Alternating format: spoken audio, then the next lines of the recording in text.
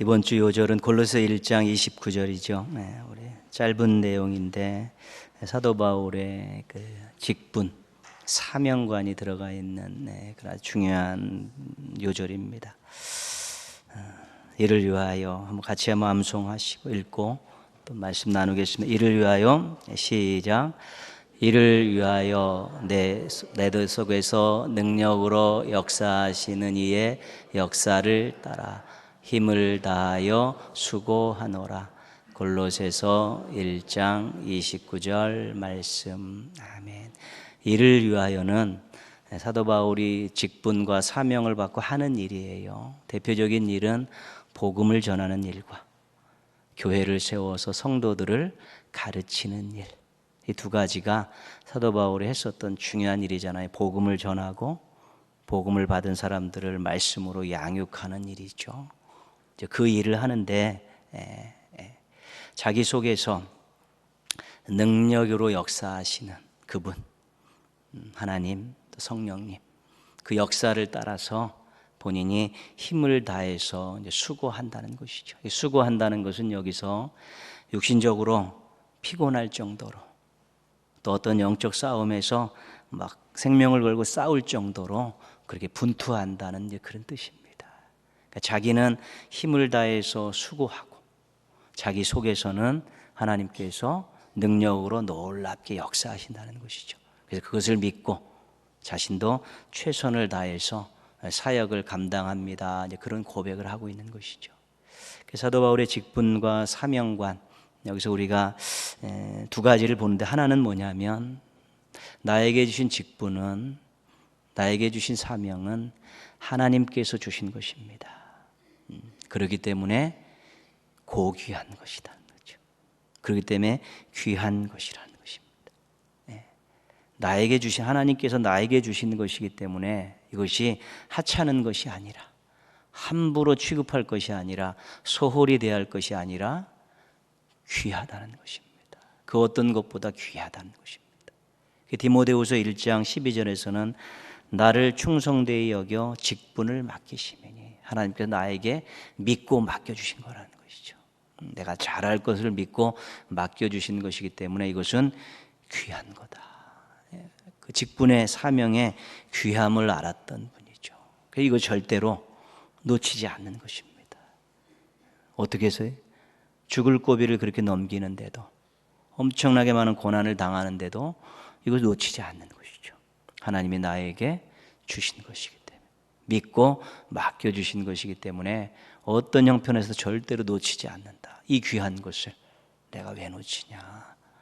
세상에 귀한 것이 많지만 정말 하나님이 주신 이 직분 사명이 하나님이 나에게 주신 귀한 것이고 나에게 맡겨주시면서 믿음으로 맡겨주신 거기 때문에 그 어떤 형편에서 나는 이거 절대로 놓지 않습니다. 이 귀한 보배를 어떻게 놓을 수 있겠습니까? 그런 생각을 가졌기에 그가 고난이 있고 역경이 있고 때로는 생명의 위협을 받는 상황 속에서도 복음을 전하는 일과 말씀을 가르치는 일들에 대해서는 소홀함이 없었던 것이죠. 또 하나 그의 직분과 사명과는 뭐냐면 이것은 교회와 성도를 위해서 주신 것이다. 그렇게 생각하는 것입니다. 자기 자신의 영달을 위해서, 자기 자신의 이익을 챙기라고, 자기 자신 인기를 얻으라고 주신 것이 아니라 이것은 교회와 성도들을 섬기라고 주신 것이다. 그런 생각을 확실히 가지고 있었던 것이죠. 그렇기 때문에 자기는 최선을 다해서 힘을 다해서 수고한다는 것입니다. 대충 하지 않고 하나님이 세우신 교회, 하나님의 자녀들, 그들을 위해서 자신은 최선을 다해야 된다는 것이죠. 골로새서 1장 24절 앞부분에 이런 말씀을 하고 있습니다.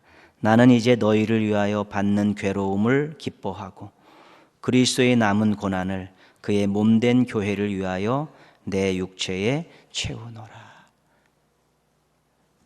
너희들이 신앙 복음을 받고 하나님의 자녀가 되는 그것을 볼 때 나에게 괴로움이 있어도 나는 기뻐한다는 것이죠. 그리고 하나님이 세우신 이 교회를 위해서 그리스도의 남은 고난을 내 육체, 교회를 지키고 교회를 성장시키는데 내가 모든 고난을 당할, 예수 그리스도께 당한 그 고난을 내가 얼마든지 감당할 자신이 있고 의사가 있다라고 고백하고 있는 것이죠. 그 직분과 사명이 교회와 성도들을 위해 주신 것이기 때문에 성도들이 복음을 받고 말씀으로 성장하고 교회가 든든히 서가면 나는 어려움을 당하고 힘듦을 당하고 고난을 당해도 기뻐한다, 그런 고백을 하는 것입니다. 사도 바울이 그런 분명한 직분관과 사명관을 가지고 있었기 때문에 그가 정말 인생의 마지막까지 그 길을 잘 걸어갈 수 있었던 것이고요. 정말 우리가 사도행전과 또 바울 서신에 관계된 부분을 쭉 보면 다메섹 도상에서 예수 그리스도를 만난 이후에 그가 옥에서 죽기 전까지의 그런 상황이 기록되어 있지 않습니까? 네. 한결같은 모습으로 쭉 걸어가는 것이지요. 노구의 그 몸이 되어서 감옥에 갇혀서도 그 마음, 그 사명, 그 절대 변하지 않습니다. 그래서 그 아름다운 그 신앙의 선배 때문에 실은 이 지구상에 많은 사람들이 우리 하나님의 백성으로 또 구원받은 자로서 살아갈 수 있게 된 것이지요. 오늘 말씀의 중요한 내용, 내 속에서 능력으로 역사하시는 자의 역사를 따라 이 속에서 나를 도우시는 분이 있다는 것입니다. 이 속에서 나와 함께 하시는 분이 있기 때문에 그분이 능력으로 나를 도우시기 때문에 나는 힘을 다해서 수고한다는 것입니다. 빌립보서에서는 이렇게 고백하지 않습니까? 내게 능력 주시는 자 안에서 내가 모든 것을 할 수 있느니라. 나는 약하고 연약하지만 내 속에서 능력 주시는 자가 계시기 때문에 나는 모든 것에 도전장을 내밀고 그렇게 사역을 감당한다, 그렇게 말하는 것이지요. 사도 바울이 사람들에게 있어서 때로는 굉장히 엄격합니다. 복음과 말씀에서 벗어난 것에 대해서는 굉장히 엄격하고 깐깐한 사람이죠. 그러나 하나님 앞에서는 늘 무릎 꿇은 겸손한 종의 모습입니다. 왜요? 자기에게 직분을 사명을 맡겨주신 주인이시기 때문에 그분 앞에서는 늘 어리광 부리고 기도하면서 도움을 요청하지만 그 사람들과 교회와 적대자들에 대해서는 엄청나게 강성입니다. 그러나 나에게 직분을 맡기신 주인이신 하나님 앞에서 내가 그럴 수 없게 늘 겸손하게 구하고 또 회개하고 도움을 요청하는 그런 모습들을 잃어버리지 않았다는 것입니다. 그래서 한 문장의 고백 속에 실은 자신의 인생이 담길 수도 있고요, 자신의 사명관이 담길 수도 있고요, 자신의 인간관이 거기도 담겨 있을 수 있는데, 이 골로새서 1장 29절 사도 바울의 그 직분관과 사명관이 고스란히 녹아 있는 그런 말씀입니다. 직분을 귀히 여기고 믿고 맡겨주셨음에 감사하고 주시는 능력을 의지하고 또 최선을 다하되 겸손함을 잃지 않는 모습, 그것이 사도 바울의 아름다운 신앙 선배의 모습이었다는 것입니다. 이것은 하나님이 주셨기 때문에 귀한 것이다, 소홀히 여길 수 없다. 나를 믿고 맡겨주셨기 때문에 정말 감사합니다. 그렇죠? 나는 부족하고 연약함이 있지만 맡겨주신 그분께서 나를 능력으로 도와주십니다. 그래서 나에게 주신 건강과 은사 모든 것들을 해서 최선을 다합니다. 그러나 그 모든 열매를 내가 한 것이 아니라 주님께서 하신 것입니다.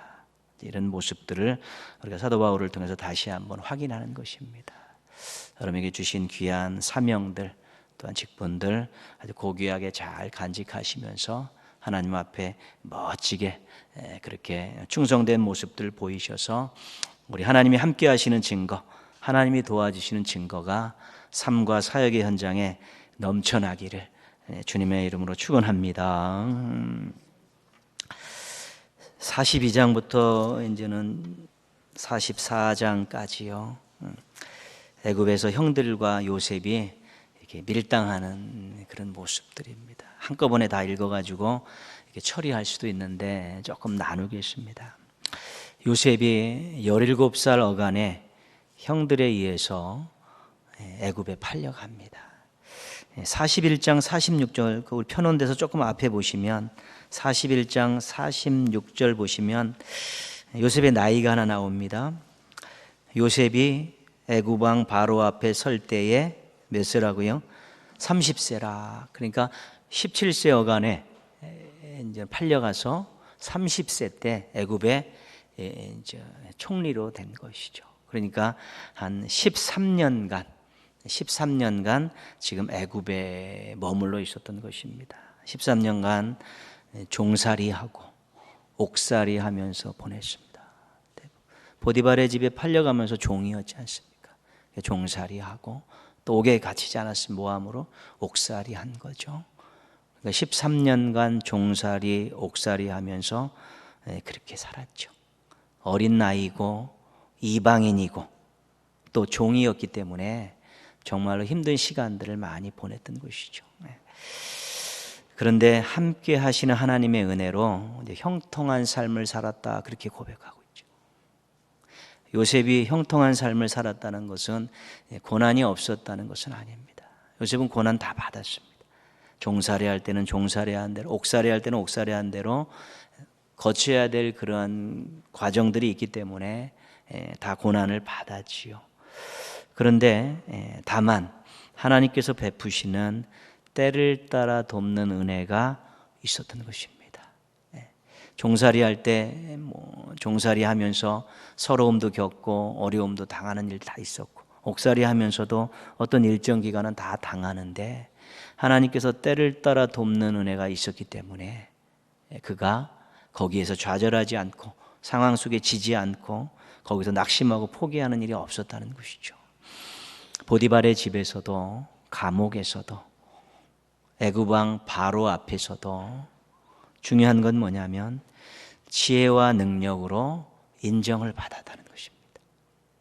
보디발의 집에서 종살이 할 때도 결국은 보디발의 눈에 띄어서 인정을 받아서 가정 총무가 되지 않습니다.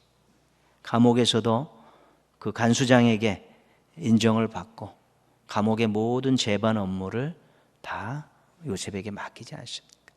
바로 앞에 섰을 때도 꿈을 기가 막히게 해석을 해서 그가 2인자 자리에 오르지 않습니까? 어려움이 있고 고난이 있고 고통이 있지만 우리 하나님께서 때를 따라 돕는 은혜를 주셔서 그로 하여금 그 어려운 환경 속에서 사람들에게 인정받게 하셨다는 것입니다. 그게 요셉이 애굽에서 받았던 때를 따라 돕는 은혜이고 형통한 삶입니다. 낮은 곳에서 점점 높은 곳으로 올라가는 그런, 전체적으로 볼 때 보디발의 집에 그 종으로서 17세의 종으로 와가지고 30살 때까지 계속 애굽 왕 바로 왕 바로 다음 자리인 2인자의 자리에 오르게 됐다는 것이죠. 그가 때를 따라 돕는 은혜가 상황에 맞출 때마다 임하니까 자신도 모르는 사이에 자신의 자리가 계속 높아져 갔다는 것이죠. 보디발의 집에서는 종으로서 보디발에게, 죄수로서 간수장에게, 또한 바로왕 앞에 갔을 때는 그러한 평범한 이방인 소년이었지만 다 인정받음을 통해서 그가 그 자리에서 사람들에게 인정받고 높임받는 그러한 일들을 경험하게 됐는데, 그것이 바로 하나님께서 주신 때를 따라 돕는 은혜고, 그래서 요셉이 형통한 삶을 살았다는 것입니다. 어려운 환경이었지만 용기를 잃지 않는 이유, 힘든 상황이지만 소망이 꺾이지 않는 이유들이죠. 그것은 바로 하나님이 함께 하시는, 또 하나님의 때를 따라 돕는 은혜를 주신 형통한 자가 되어질 때 우리가 가질 수 있는 것이지요. 아무리 환경이 어렵고 힘들어도 용기와 소망을 가질 수 있다는 것, 하나님이 도와주실 것을 알고 하나님이 때를 따라 돕는 은혜를 주실 것이라는 것을 믿음이 있을 때 용기와 소망을 갖고 우리가 좀 다른 모습으로 살 수 있게 되는 것이지요. 히브리서 4장 16절입니다. 그러므로 우리는 긍휼하심을 받고 때를 따라 돕는 은혜를 얻기 위하여 은혜의 보좌 앞에 담대히 나아갈 것이니라. 그죠? 긍휼하심과 때를 따라 돕는 은혜를 얻기 위해서 은혜의 보좌 앞에 담대히 나아가야 된다는 것이죠. 은혜의 보좌가 뭐고 교회만 있는 것 아니지 않습니까? 자기 삶의 자리에서 무릎팍 꿇으면 하나님 보좌 앞에 무릎 꿇는 것입니다. 그래서 평상시에 겸손하게 하나님 앞에 구하는 은혜의 시간들을 많이 가져야 됩니다. 하나님, 저에게 긍휼히 여겨주시고 은혜를 베풀어 주십시오라고 어떤 상황인지 모르지만 그래서 그 은혜로 살게 해달라고 꾸준하게 기도하는 일들이 있고요. 또 하나는 그 상황에서 머리 숙여 기도하는 기회를 가져야 되는 것입니다.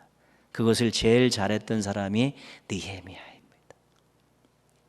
딱 상황에 연출되면 딱 머리 숙여서 간단하게 딱 기도했을 때 하나님께서 은혜를 베푸셔서 그 위기를 모면하고 그런 상황들을 역전시켜 나가는 것이지요.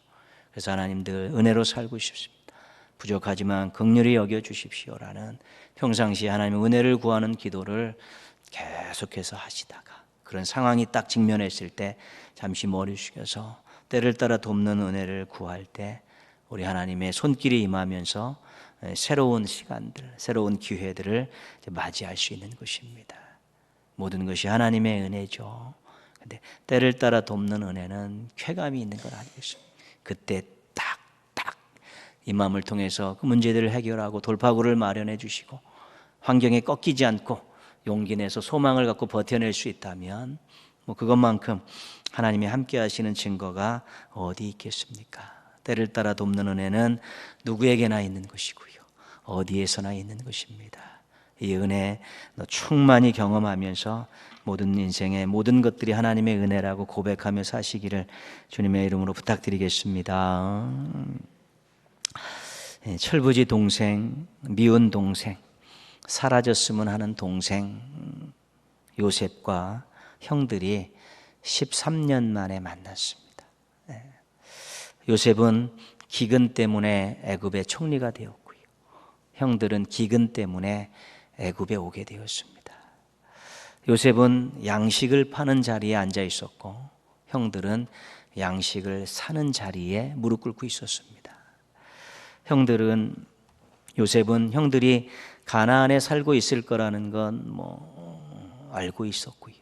형들은 요셉이 팔려가서 죽었을 것이다.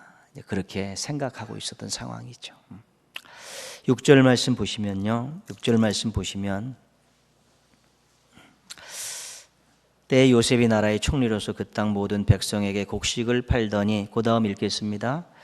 요셉의 형들이 와서 그 앞에서 땅에 엎드려 절하매. 그 그림이 보이지 않습니다. 요셉이 높은 자리에 딱 앉아 있고 이제 관복을 입고 이제 또 총리의 어떤 그런 관을 썼는지 모르겠습니다. 형들이 앞에서 무릎 꿇죠. 뭐가 생각납니까? 요셉은 무엇을 생각했겠습니까? 그렇죠. 13년 전에 했던 꿈이 생각났죠. 곡식단, 형들의 곡식단이 자기에게 절하던 것, 해와 달과 11개의 별이 자기 별에게 절했던 그 꿈이 당연히 생각나죠. 아버지에게 꾸중 듣고 형들에게 미움받았던 꿈이었는데 꿈 얘기했다가 지금 그 꿈이 생각이 나는 것입니다. 그것도 무슨 생각을 했을까요? 무슨 생각이 들었을까요? 요셉이 형들이 이렇게 절하는 모습 보면서 꿈 생각은 당연히 났을 것이고 자기를 미워하고 죽이려고 하고 팔아먹은 그 아픔이 생각난 것이죠. 분하고 억울하고 이를 갈았던 일일 수도 있는데 그것이 지금 떠오르는 것입니다.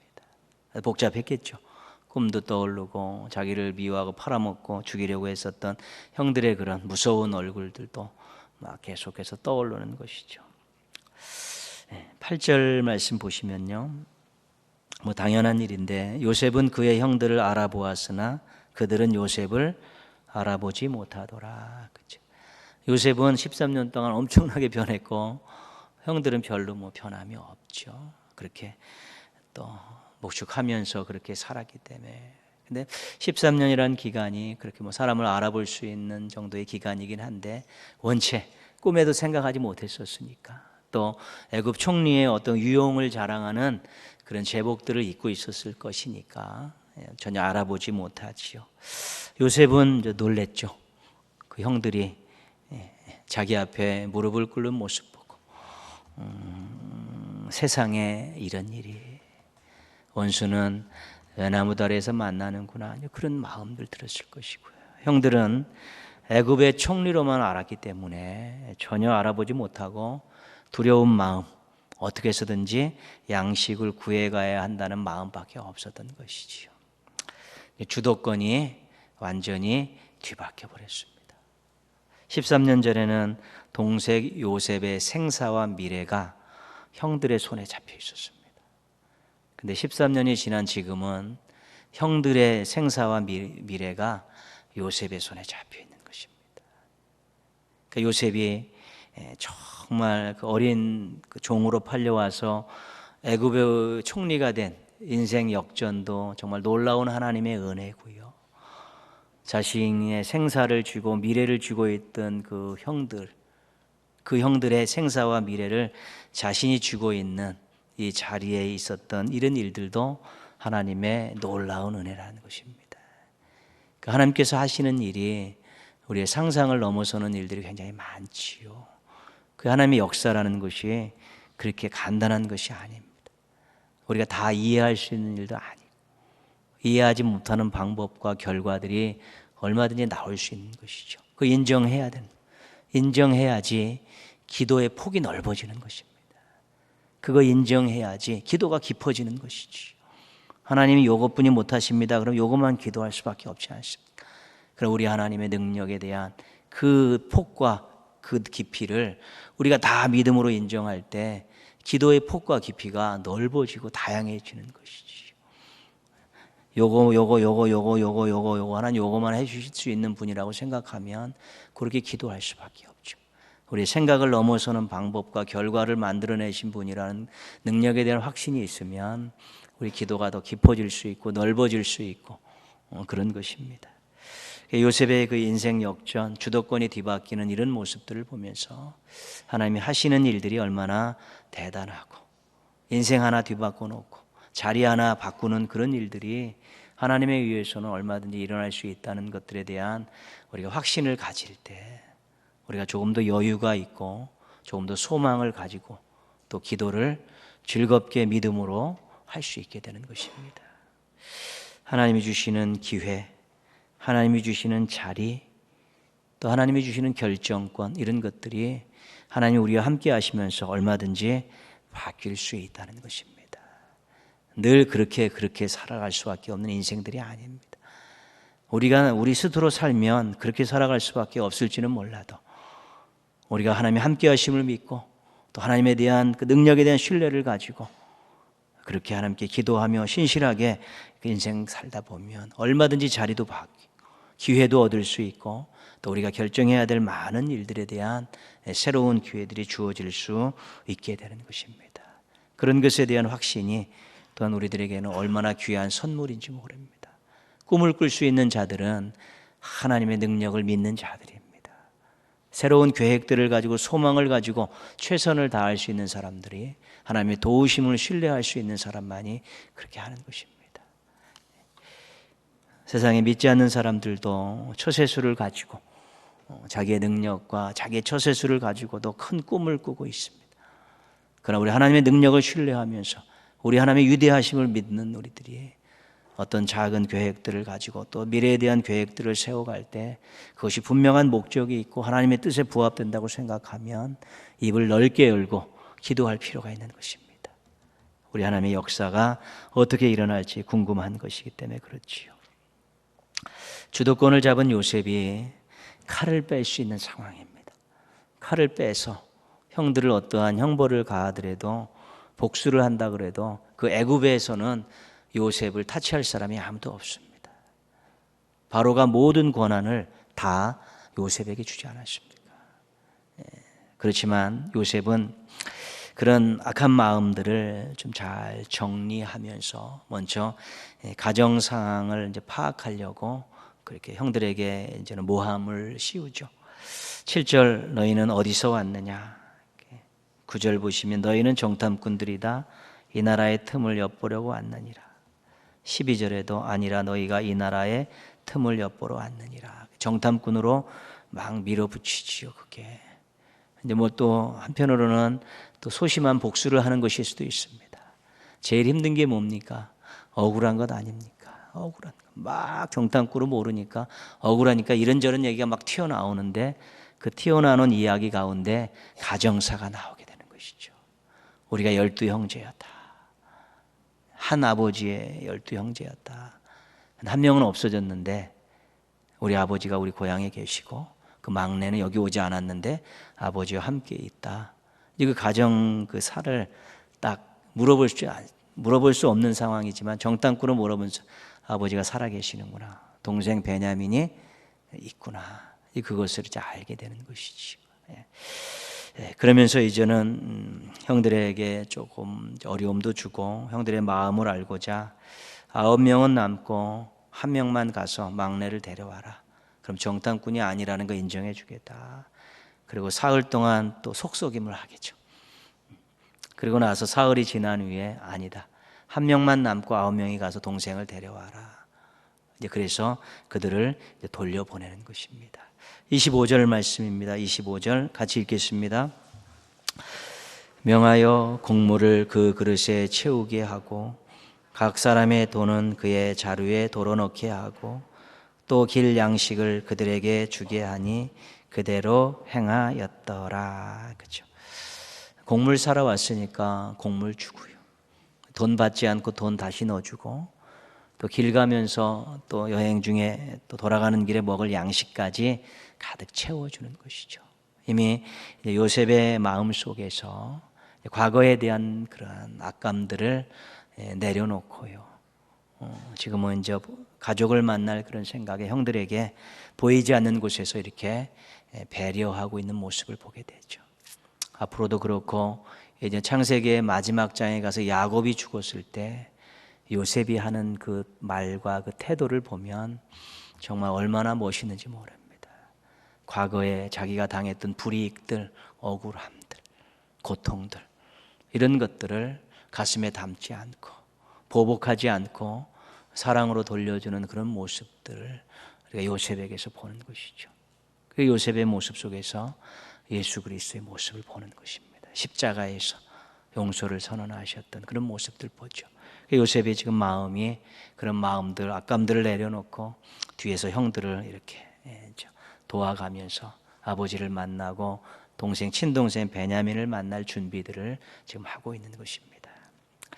은혜 받은 자의 멋진 모습이 무엇입니까? 하나님의 말씀을 알고 있는 자들의 아름다운 모습은 무엇입니까? 그것은 용서하는 것입니다. 받아들이는 것입니다. 또 배려하는 것입니다. 은혜라는 게 뭡니까? 우리가 받은 은혜의 가장 큰 은혜가 무엇입니까? 구원의 은혜 아닙니까? 구원의 은혜는 속죄의 은혜입니다. 죄를 용서해 주시는 것입니다. 그렇죠. 가장 큰 은혜가 구원의 은혜 받았던 우리도 하나님께 죄 용서를 받은 것이지요. 그런 것이 있죠. 우리가 하나님의 말씀을 통해서 하나님의 뜻을, 하나님의 마음들을 헤아려 가면서 보면 하나님께서 광야의 그 40년 동안 이스라엘 백성들을 향해서 또한 선지자들을 보내면서 이스라엘 백성들을 향해서 그들의 죄를 향해서 끊임없이 질타하고 꾸중하시지만 결국에 가서는 그것을 다 끊어 안으시고 그들에게 소망의 미래의 밝은 빛을 비춰주시는 그런 모습들 보면서요. 또 복음서에 들어와서 예수 그리스도를 통해서 우리를 용서하시고 구원하시는 그런 모습들을 볼 때 은혜 받은 사람 또 말씀을 아는 사람들이 또 우리가 그런 모습들을 잘 갖추어 갈 때 우리가 정말 하나님의 자녀로 하나님의 백성의 그런 모습들을 이제는 보이며 살아갈 수 있게 되는 것입니다. 과거에는 아픔도 있습니다. 상처도 있고 과거에는 억울함도 있고 또한 나름대로 자기가 당했던 여러 가지 많은 안 좋은 일들도 있을 수 있습니다. 그것 때문에 힘들어하고 그것 때문에 우발적인 행동들이 나오고 그렇습니다. 그러나 오늘 나와 함께 하신 하나님, 또 나에게 은혜를 베풀어 주신 하나님, 나를 인도해 주시는 우리 하나님, 지금도 나를 존귀히 여겨주시고 나를 사용하시기 원하시는 하나님, 지금 하나님과의 관계를 더 돈독히 하면서 아픔들을 치유받고 또한 복수하고픈 마음들을 우리가 내려놓으면서 지금 은혜 받은 자의 모습, 말씀을 아는 자의 모습들을 잘 유지하게 된다면 우리 인생이 더 풍성하고 또 아름답고 값진 인생들이 되어질 수 있게 되는 것입니다. 과거의 후회도 있고 또 과거의 아픔도 있고 과거에 정말 잊기 싫은 그런 치욕스러운 일들도 있을 수 있습니다. 누구에게나 다 그렇습니다. 그러나 오늘 내가 하나님과의 관계가 어떤 것인가를 한번 곰곰이 따져보고 하나님과 관계를 더 돈독히 하면서 과거를 넘어서서 미래를 바라볼 수 있으면 우리가 더 좋은 인생을 살아갈 수 있게 되는 것입니다. 요셉이 13년의 그런 악몽 같은 시절에 이를 뿌득뿌득 갈았다며 형들을 만났을 때 또한 보복으로 행하였었다면 그 인생이고 가정이고 나만 할 것이 하나도 없었지만 그래서 그것을 잊고 미래를 바라보면서 용서하고 배려하는 그런 모습 속에서 이스라엘의 12지파의 기초가 잘 닦이는 하나님의 놀라운 성역의 역사가 일어났다는 것 한 번 더 기억해 볼 필요가 있는 것입니다. 과거를 보면서 우리 하나님의 은혜를 또 하나님의 말씀을 다시 한번 가슴에 담고 정말 미래를 아름답게 바라볼 수 있는 우리 멋진 신앙인들 또 갈수록 좋아지는 인생을 살아가는 성도들 되시기를 주님의 이름으로 축원합니다.